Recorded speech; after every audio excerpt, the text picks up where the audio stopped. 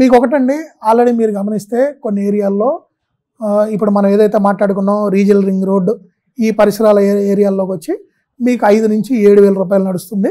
మీకు outer ring road దగ్గర అయితే మీరు గమనిస్తే ఇవాళ ఏ కార్నర్కు పోయినా కూడా మినిమం 50,000 లక్ష రూపాయల మధ్యలో ఉంది తప్పితే ఔటర్ రింగ్ రోడ్డుకి ఆనుకొని మాత్రం లేదు. ఔటర్ రింగ్ రోడ్ నుంచి ఈ రీజనల్ రింగ్ రోడ్ ఈ 30 కిలోమీటర్ల గ్యాప్లో మీరు ఫర్ ఎగ్జాంపుల్ ఔటర్ రింగ్ నుంచి ఒక 5 కిలోమీటర్ డిస్టెన్స్ వెళ్ళారు, ఆ ఏరియాలో మీకు 25 నుంచి 30,000 దొరుకుతున్నాయి.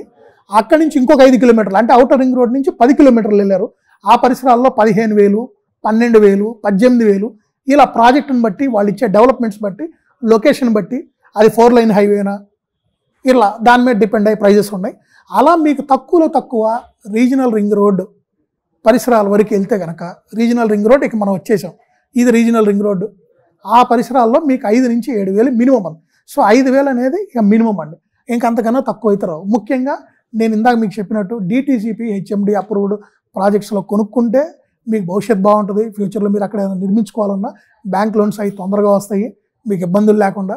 రెండోది మనం ఒక 2 ఏళ్ళు 3 ఏళ్ళు మనం వెళ్ళి మన ప్లాట్ చూసుకోకపోయినా మెయింటైన్ చేసుకోకపోయినా మన ప్లాట్కి ఎటువంటి డోకా లేదు, ఎవరు దాన్ని కబ్జా చేయడం కానీ మన పక్కన వాళ్ళు మన ప్లాట్లోకి రావడం కానివ్వండి ఇలాంటి ఇబ్బందులు కూడా ఉండవు. సో అప్రూవ్డ్ ప్రాజెక్ట్స్లో కొనుక్కుంటే మాత్రం మినిమం 5,000 నుంచి అయితే ఉన్నాయి. ఈ ఫామ్ ప్లాట్స్ కానివ్వండి ఇలాంటి వాటి జోలికి పోకండి, వాటి వల్ల ఇబ్బందులు తప్పితే ఇవ్వలేదు. సో ఇలాంటి ప్రాజెక్టులో కనుక మీరు regional ring road to outer ring road మధ్యలో కనుక మీ దగ్గర ఉన్న బడ్జెట్ని బట్టి కనుక మీరు ఇన్వెస్ట్ చేసుకుంటే డెఫినెట్గా రాబోయే 10 ఏళ్ళలో మీరు మంచి రిటర్న్స్ చూస్తారు, దాంట్లో ఎటువంటి సందేహం లేదు. ఎందుకంటే ఆ ఏరియాలకి పబ్లిక్ని మూవ్ అవ్వాలని చెప్పి ఇక్కడ గవర్నమెంట్ చాలా ప్లాన్ చేస్తుంది.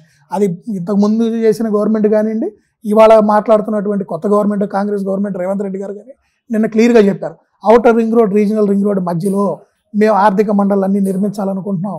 సో ప్రజలందరూ అటువైపు వెళ్ళిపోయి అక్కడే వాళ్ళ ఆఫీసులు కానివ్వండి వర్కింగ్ కానీ అక్కడ ఉండి ఆ దగ్గరలోనే వాళ్ళ నివాసాలు ఉండే విధంగా ఇన్ఫ్రాస్ట్రక్చర్ని రెడీ చేద్దాం అనుకుంటున్నాం. సో ఫ్యూచర్లో సిటీని ఆల్రెడీ కంజెస్ట్ అయిపోయింది. ఇప్పుడు నేను మనం చూసాం రకరకాల చిన్న ఇష్యూస్ వల్లే ఏదైనా రేపు పొద్దున పెట్రోల్ ఏదో దొరకదు అనగానే నేను సిటీ అంతా కొన్ని గంటల పాటు స్తంభించిపోయింది. ఎక్కడికక్కడ ఒక 5 కిలోమీటర్ల డిస్టెన్స్కి వెళ్ళడానికే మనకు కొన్ని గంటలు పట్టింది.